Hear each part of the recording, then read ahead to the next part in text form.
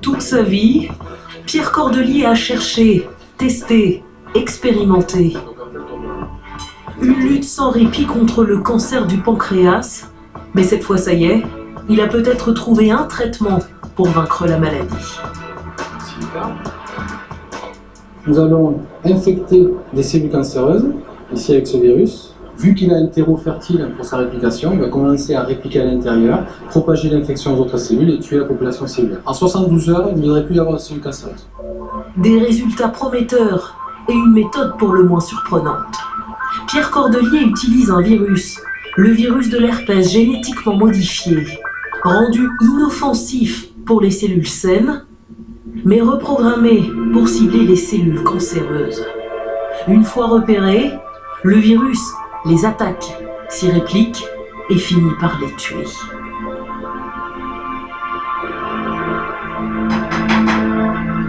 Ça pourrait éradiquer le cancer, à votre avis? J'espère. Modeste, Pierre Cordelier. Et pourtant, l'efficacité du virus est bien là. Les tests le prouvent. Vous voyez, dans ces souris-là, on a implanté des tumeurs pancréatiques humaines. Et donc là, ces tumeurs qui originellement sont dans le pancréas ont disséminé et ont métastasé. Et ça reproduit, si vous voulez, la maladie pancréatique chez le patient. Et donc, quand on prend ces tumeurs et qu'on injecte le virus oncolytique virus de l'herpès dans la tumeur, vous voyez le résultat. Et quand on a ce genre de résultat, on peut se dire, on est quasiment sûr que ça aura des effets tout aussi importants chez les patients. On espère en tout cas. Prochaine étape, un test sur l'homme et de l'espoir pour des milliers de malades. De l'autre côté de l'Atlantique, Stacy, elle, a pu être sauvée. Des années qu'elle luttait contre un cancer de la moelle osseuse. Rien n'y faisait, pas même les chimiothérapies, jusqu'à ce qu'on lui injecte une dose massive du virus modifié de la rougeole. Un traitement expérimental. J'avais une tumeur grosse comme une balle de golf, là sur le front. Et en 36 heures, elle a disparu. Les Américains sont des précurseurs de la virothérapie. Ils croient dur comme fer que les virus, tant décrits comme nos ennemis, ont aussi le potentiel pour devenir nos meilleurs amis. Un virus peut fonctionner comme un vaccin. Si on injecte un virus dans une tumeur, on peut activer le système immunitaire du patient pour qu'il détruise le cancer. Cancer des ovaires, cancer du foie, sarcome, leucémie, ces dernières années, les essais cliniques se sont multipliés. Qu'est-ce qu'on va faire aujourd'hui? Qu'est-ce qu'ils vont faire? Tu t'en rappelles? Qu'est-ce qu'on va enlever? Le cancer, c'est ça. Ce jour-là, Émilie, 7 ans, va recevoir le traitement de la dernière chance, une arme anti-leucémie conçue à partir du virus du sida. Les médecins prélèvent chez leurs petites patientes des lymphocytes T, puis ils inoculent des vecteurs du virus du sida atténué. Le virus modifie alors l'ADN des lymphocytes. Une fois le virus supprimé, ces cellules sont réinjectées dans l'organisme d'Émilie et combattent les cellules cancéreuses. 3 semaines après le traitement, on a fait un test. Émilie, qui n'avait jamais été en rémission auparavant, est aujourd'hui en rémission. Elle a complètement répondu à notre thérapie. Malgré de graves effets secondaires, 4 ans après son traitement, Émilie va bien. Elle se porte à merveille, elle est heureuse et en bonne santé, elle est même retournée à l'école. À l'avenir, les virus modifiés pourraient peut-être sauver des milliers de vies, comme celle d'Émilie. Alors tout ça suscite d'énormes espoirs, c'est passionnant. On est vraiment dans une courbe d'espérance de ce type. Oui, alors ces virus vecteurs, ces virus transformés, pardon, qui portent un certain nombre d'outils qui sont armés pour lutter contre les cellules infectées ou pour cibler certains cancers, on en développe de plus en plus. On a commencé à utiliser les virus pour lutter contre une maladie génétique. Rappelez-vous la mucoviscidose, on avait utilisé des adénovirus pour essayer d'apporter le gène déficient Alors ça a eu quelques espoirs, et puis on s'est rendu compte que finalement c'était pas la bonne stratégie pour le faire. Mais là, quand on est, parce que c'est une maladie chronique et que finalement le patient est génétiquement modifié, donc c'est pour ça qu'il est malade. Quand on est face à un cancer, en fait c'est une cellule anormale qui a un comportement anormal. Et on peut organiser le virus, et je dis bien organiser le virus parce que c'est génétiquement qu'on le modifie, pour qu'il... On le reprogramme, hein. Exactement. On lui change un petit peu son objectif. Il garde un certain nombre de structures et de fonctions qui sont les structures et fonctions du virus, aller cibler et infecter une cellule, ce que je vous expliquais tout à l'heure.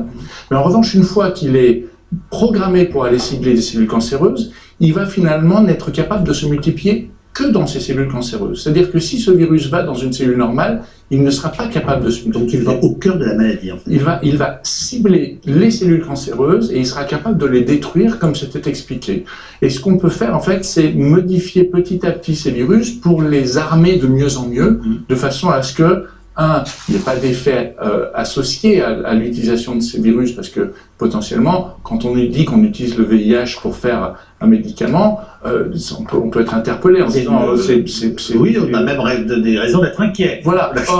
Or, ce virus VIH, il est modifié de façon à ce qu'un certain nombre de rôles qu'il peut avoir et qui sont responsables de la maladie ne sont plus capables de se mettre en œuvre et ne pourraient pas être non plus restaurés par des mutations et des choses comme ça. Donc on a toute une batterie de virus qui maintenant sont capables de traiter des cancers neurologiques inopérables, des glioblastomes. On s'en sert aussi pour... On traite le glioblastome. Oui. Enfin, actuellement, il y a des projets qui traitent et les résultats sont assez bons. C'est-à-dire que c'est au-delà de ce qu'on savait faire jusqu'à présent en termes de chirurgie. Le glioblastome, on ne peut pas l'opérer. Par exemple, le glioblastome sont des tumeurs dans le cerveau, enfin en tout cas, et donc c'était inatteignable. Enfin, on ne peut pas opérer ces patients parce que c'est une chirurgie qui est trop dévastatrice et le cancer est très intriqué. Or, le virus, il se faufile partout. Et au bout du compte, si vous programmez ce virus pour aller infecter des cellules qui sont cancéreuses, qui ont une biologie de cellules cancéreuses, le virus va aller là et détruit les cellules. Alors, on dit ça simplement, le concept est simple, après, toute la machine à monter est compliquée. Et à Toulouse, ce jeune chercheur qu'on voyait, qui travaille sur le virus de l'herpès pour contrer le cancer du pancréas, il va sortir de ses souris et on peut avoir des... Enfin, à mon avis, il y a déjà des tests, mais il nous le dit peut-être pas. Mais... Non, pas nécessairement. Non. Vous ne dissimulez pas d'informations. Non, je sais pas. Mais on a le droit d'être discret aussi. Je crois qu'il faut aller jusqu'à une certaine évaluation chez l'animal avant de passer chez l'homme, parce que le pas à franchir est important entre la souris dans laquelle on a implanté des cellules cancéreuses et puis un individu infecté. Maintenant, le cancer du pancréas, c'est épouvantable. C'est une saloperie. Oui. Donc, on peut imaginer que derrière, s'il a suffisamment de données robustes, il y a un passage à l'homme qui puisse être assez rapide. Oui. Donc, on a quelques bonnes nouvelles à annoncer. Et donc, les gentils virus existent aussi. Mais les gentils virus, ils existaient déjà. Ouais. Et les vaccins, je ne veux pas tourner en rond autour de la vaccinologie, mais les vaccins vivants, que sont les vaccins de la rougeole, de l'oreillon et de la rubéole, c'est des virus gentils. C'est des virus qui nous apprennent à lutter contre une infection et éviter qu'on la développe avec des virus qui ne sont pas dangereux. Et en fait, après, on est dans un système qui est différent, parce que là, on modifie génétiquement les virus, alors que lorsqu'on faisait des virus atténués, c'était très empirique au départ. Là, maintenant, on est vraiment sur du dur, moléculaire, compliqué, où on regarde ce qui se passe dans les cellules. Donc, c'est vraiment des réseaux d'interaction entre les protéines virales et cellulaires. Un mot ? Oui, dans les gentils, il y a aussi l'action de virus qui mangent des bactéries méchantes. Et comme on sait qu'il y a maintenant des bactéries qui résistent à beaucoup d'antibiotiques, pour ne pas dire à tous les antibiotiques, eh bien, c'est aussi une voie de recherche qui a déjà été utilisée et qui est maintenant relancée parce que c'est une bonne façon de tuer des bactéries. Ce qu'on appelle la phagothérapie. Oui. C'est-à-dire l'utilisation de phages, les phages, bactériophages plus exactement, qu'on doit à un Français en plus. Le premier à s'être intéressé à ça, c'est Félix Derel, qui était un collègue de Pasteur, un de ses élèves même, je crois, qui a lancé cette mode à l'époque, à savoir, il avait trouvé, effectivement, et d'autres scientifiques en Europe avaient découvert ça en même temps, que certaines bactéries sont infectées par des virus qui ressemblent étonnamment à des petits modules spatiaux, qui se posent à la surface des bactéries. Et ça a été très étudié, donc fin 19e siècle, tout début du 20e, jusque dans les années 20 en France, pour être complètement abandonné. Seule l'Union soviétique a continué à travailler sur ces questions-là. Donc aujourd'hui, en Géorgie, en Russie, on continue à travailler sur ces questions. Ça revient progressivement en France, et c'est vraiment quelque chose de très très intéressant parce qu'il y a là quelque chose pour lutter contre les virus, enfin contre les bactéries, contre les maladies bactériennes, qui est vraiment très intéressant. Il y a quelques petits hicks, il faut le noter quand même, à savoir que c'est ultra spécifique. C'est-à-dire que vous ne pouvez cibler qu'une bactérie, et plus exactement une souche bactérienne. Voilà. Pas une seule souche bactérienne dans son ensemble, c'est simplement que vous ne pouvez cibler que souche par souche. On va passer aux questions SMS. Voilà. Surpopulation, mœurs, regroupement citadin, défaut d'hygiène, pollution de l'air et des sols, génèrent-ils des nouvelles maladies? Bah, dites donc. Ça génère des nouvelles maladies liées à la pollution, de l'eau, de l'air, etc. Oui. S'il s'agit de dire des maladies infectieuses et en particulier des maladies virales, ce qu'on sait, c'est que la déforestation est certainement un des facteurs qui a favorisé l'émergence d'Ebola, qu'on a toute une série de maladies liées aux rongeurs aussi qui ont émergé. Le virus de Hantan a été découvert pendant la guerre de Corée, par exemple. Hein. Donc, certes, il y a du fait que l'homme se met au contact d'une faune animale vis-à-vis duquel il n'avait aucune interaction, il peut prendre des virus de cette faune et puis avoir des infections. Après, la promiscuité favorise... Mais la promiscuité favorise la transmission des virus à voie aérienne ou à voie manuportée, donc voilà. Tout le rôle de l'environnement, on peut dire, joue sur l'émergence d'une maladie infectieuse. Mais les mesures d'hygiène simples, comme le lavage des mains, sont remarquablement efficaces. Merci de le rappeler. Le virus a besoin d'une cellule hôte pour se développer, nous dit un téléspectateur ou une téléspectatrice. Après guérison, reste-t-il dormant? Ça dépend lesquels. Alors, ça dépend lesquels? Ça dépend lesquels. L'herpès, par exemple. L'herpès va se loger dans des ganglions, il reste en hibernation. En hibernation. Et puis, s'il y a un stimulus, le soleil, la fatigue, tac. Et donc, bon, ça dépend. Certains... ça dépend. Ça dépend. Les autres disparaissent. Ça dépend. Beaucoup qui disparaissent. Hein. Très bien. Une fois qu'ils sont éradiqués de l'organisme. Les virus existent-ils depuis le début de la vie sur Terre? C'est une question qui revient toujours, ça. Ouais. Alors, d'abord, on n'était pas là. Oui. Ensuite, il y a tout un travail qui a été fait. Parce que l'homme est un gros virus, vous voyez ce que je veux dire. Non, alors l'homme n'est pas un gros virus parce qu'on est capable de se multiplier entre nous sans avoir à aller forcément coloniser d'autres organismes.